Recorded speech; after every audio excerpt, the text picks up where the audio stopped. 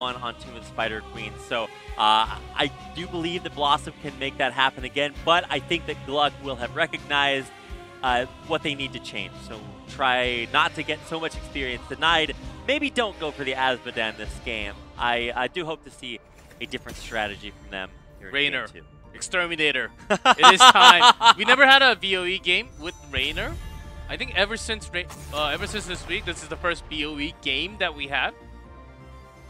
So Rainer, I think certainly will be banned very likely, along with Hanzo. And so that actually gives opening for Genji, right? Not Genji. Genji, That's right. yes. Yeah. We'll make that mistake later on. Rainer is open. Yeah, so this does leave Rainer open. Very, very powerful pick specifically on this map. And no surprise in it being first pick for GLuck. Exterminator. He's coming in. No roaches allowed. We're going to take all the bugs out of the woodwork with Rainer this time around. But the first pick Malfurion is not surprising, but the Muradin coming through already says that BlossoM do not want to give any DPS secrets away. Against Rainer, it is certainly the best to grab as many CC as you can. Oh yeah. The ones without escape, the ones we used to have when we didn't really have this many heroes back then. Kel'Thuz, but when we had the burst meta a long time ago, what was the meta right after? Make sure he has no time to burst. It was a CC meta, grab all the crowd control you have, slows, stuns, silence, all the things you have. And that was the reason why Kel'Thuz was even going down a little bit. Rainer still does not have too much escape. Of course, his Q does kind of provide his escape sometimes. And once you're stuck in there, like once Nubarak dives under you, then you kind of know what your destiny is. There's only so much you can do at that point. But counterplay, there's not a lot of it at that point. Li Ming ban, so taking a little bit of that burst out. Didn't touch on the Tyrael ban either, so taking away another means of maybe protecting good old Jimmy. It is actually a little bit surprising for me for BlossoM to take more than this early when Irel was available, when Irel can peel for Rainer. Rainer actually has a decent time, even against some CC. It will give the space for Rainer just enough to do a little bit extra damage. Hello, Vala! Have not seen you for some time here. Okay, Vala coming through is actually kind of exciting. I don't want to say that, Vala is, meta right now by any means. Certainly more popular in maybe other regions, but not in HGC Korea. And is that just maybe a response to the Rainer? So there was a big, I guess, thread. It's a different post in Korean community saying, BOE, is Vala stronger, Rainer stronger? Vala did win in the vote, I believe 50-something to 40-something, so it was about as close. But Vala actually had, in the vote and listening and reading all the opinion, Vala actually has more burst damage as well. So I think that's why they actually were willing to give up Rainer and go for Vala instead. But they still do need a secondary source.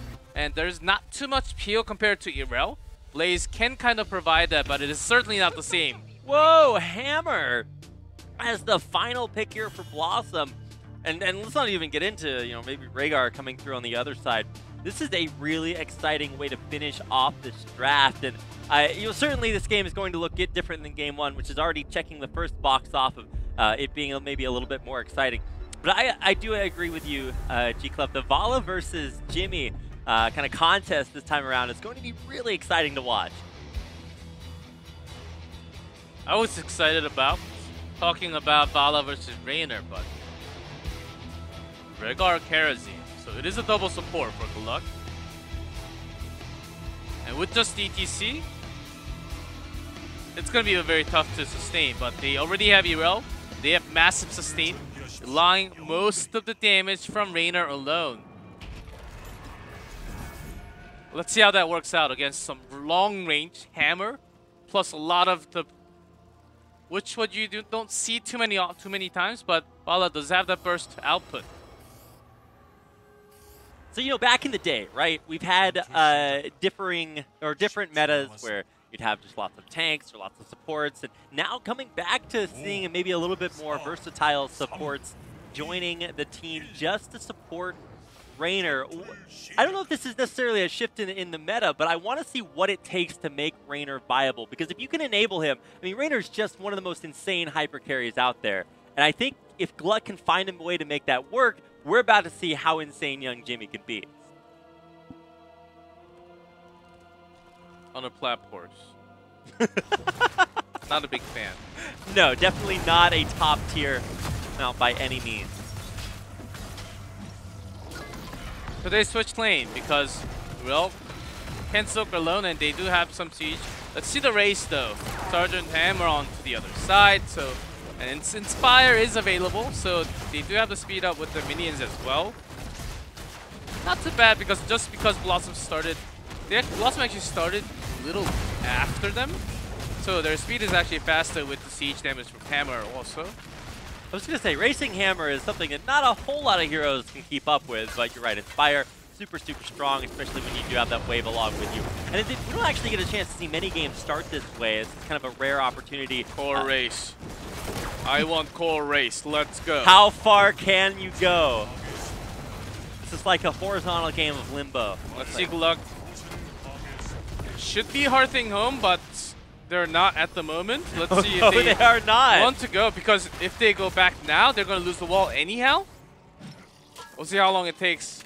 Poor Jimmy. Overlord just being chased out there, as I guess he should be. I'm glad that we aren't just playing this game without keeps, because that would be a crazy way to start things out. But, I mean, it's already a committal by both sides to play this a little bit non-standard, although it's nice to see mirrored objectives as they both take the 12 and 6 camps. I think Korea only had one single game of core race that only talking about competitive games in Premier Leagues, not in the open divisions. And it was one of the best of 5, fifth game. It ended in 3 minutes or so. I believe it was back then MVP Black who called it up with Sylvanas.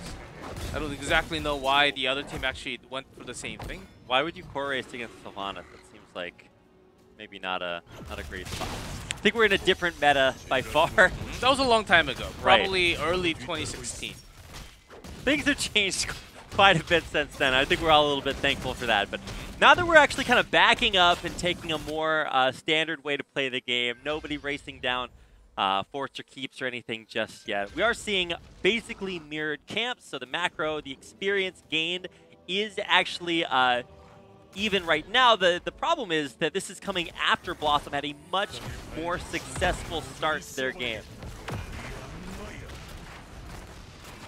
Let's see the race potential here. The Immortal, only Raynor for the bottom, Vala plus Hammer. You can kind of guess, and you're right. It's going to be BlossoM winning the first half.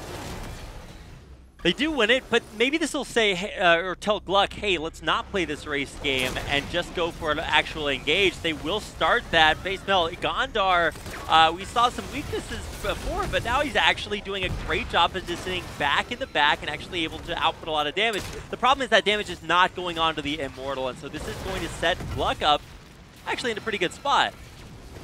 They can sustain a little bit, not too long, because they're missing the supports here.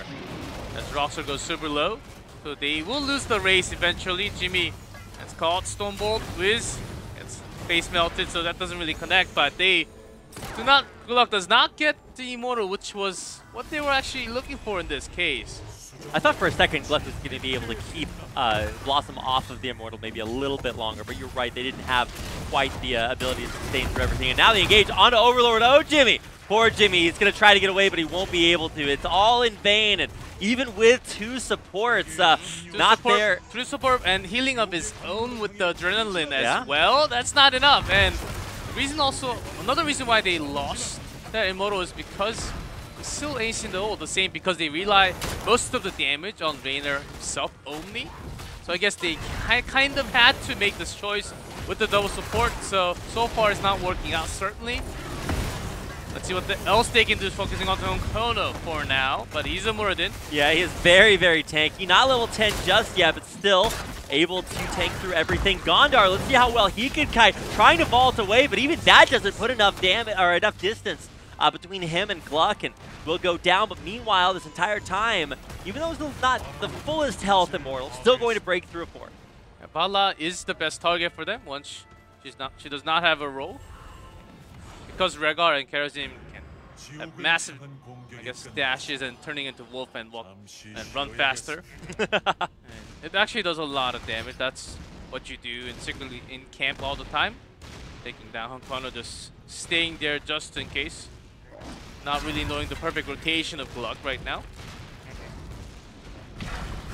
I mean, GLuck's still on point when it comes to you know, camp timing, at least mirroring BlossoM, but they are taking a few hits. One with the Immortal up top. They already lost their other fort earlier on that little race that they decided to go for. But I think the scariest thing for me is seeing history repeat itself, and it should be for GLuck too, with BlossoM winning such a dominant Webweaver push previously, and now they're actually not choosing to push themselves. They're coming down to fight heads up. GLuck, he pushed back immediately. Only 2 lanes. And they already pushed somewhat too far into the top lane as a trade for the bottom fort. As they were trying to open up the wall, BlossoM, of course they knew there's nothing else on the map that you can paint yourself with your own color here. So a good read, an easy read for BlossoM as well. Asgard focusing on to more than so far, so Rockstar takes more damage in this case. Focus now from his teammates. Yeah, and look at Gondar, just the damage output, so incredible. Rockstar can't stay in the fight at all. He's pushed all the way back. Now Overlord actually getting kind of a 1v1 against Gondar off to this other side of this fight. Not the best fight to fight anymore. They hit Pan as they have BFG, everything lined up. And especially you are not really going to win the level 8 versus 10 against Vala, even if you do get a nice 1v1 The silence there. And Jimmy is stuck in there, but gets the heal, so he is away. He will survive for now, but still level 8. BlossoM onto a chase now. There's a massive slow from the oil. Asgard does not get BFG'd, but he's going to get killed by Vala damage, the rest. And Overlord does survive. But what did they actually gain from that engage? That will be the question. They could have just stoked at top and bottom, try to just go for the next half of the immortal race, and a lot of something else could have been done, I think, from GLuck. I mean, it's a pretend fight. What's the best case scenario there? Specifically, Rain of Vengeance. So I just want to shout that out.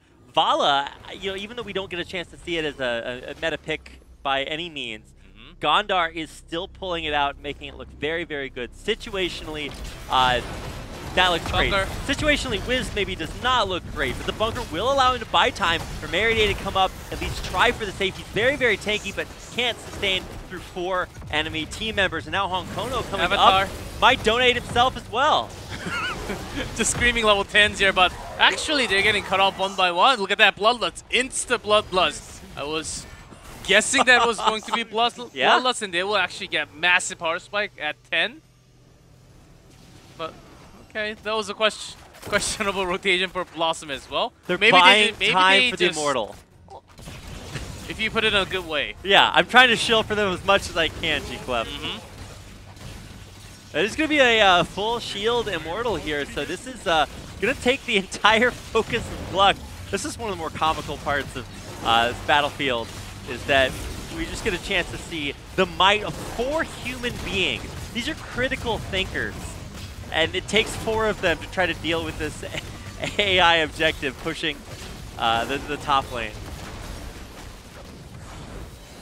I think BlossoM wins overall, even though they lost 2 of the members. I think only losing Wiz was optimal for them to get the Immortal, one of the strongest objectives in Hero of the Storm. Winning the Immortal, you can descend in other lane and push the other lane at the same time with 5 man. And BlossoM basically lost that power when they have a sieging comp because they lost the 2 in the front line, so they couldn't really do anything else in the mid-time. Okay, Bloodlust back in 7, so they are testing this.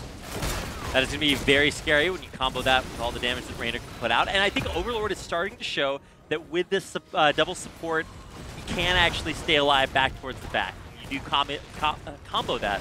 The very scary Bloodlust, the best case scenario for GLuck actually looks insane. So I hope they can pull it off and show us the way to play Raynor, but that hasn't happened just yet. There are a few counters against all the 7-sided Big Mosh and Bloodlust damage. That's going to be the burst. Some silence will have, but most of the damage will come out from the auto attack, the basic attacks. So bunker timing will be crucial from Wiz, which he had mistakes yesterday's and today's being a little bit too aggressive. Let's see how passively he will actually, not just making his own play, try to make some exit route for his teammates. Calling down the Raider, extra DPS, and looking to put that to use here is GLuck, but maybe a little bit of a catch there onto Asgard. Of course, that is Jarrell, so it can be safe, not too much at risk. Healing up over time, back behind this. And BlossoM are doing a good job not allowing GLuck to get that optimal engage that they're looking for. You can see ETC always. Rocks are up in the front, looking for that dream mosh. But for that to happen, they need to cut off. He needs to wait for some CCs to be out of there. There are still lots of crowd control. Even Twilight Dream sometimes gets the mosh pit perfect range. Where's the hole? I'm waiting for it. I mean, Roxor's trying to find it. Yes. Good job, A Modern. Push him back. Still continuing to deal out all that siege damage. Asgard locked up in the front, but taking enough to survive through everything. Wiz lighting the world on fire, but more importantly, doing a great job zoning for his backline. Now Gondar taking a couple of hits there, but stun on the Modern and cannot finish him though. They do walk out and Jimmy. The chain CC, Jimmy! I don't know what that was, but it's just way too much damage for him to sustain through, and the rest of GLuck will fall one by one. Dropping like dominoes, Asgard the last one to fall, but it will be a wipe as BlossoM blows GLuck up. We'll be able to take the Immortal off the back of this. Get close for a keep and get the Immortal as well. Will be the next one because they have all this time to do free damage. So just keep Modern here. They steal the camp as well.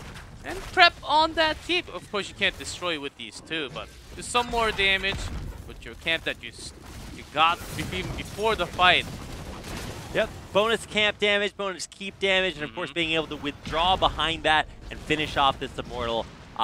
Just an insane amount of, an insane advantage for BlossoM. They were able to not only win the fight, they get huge XP lead, now 3 level for a moment.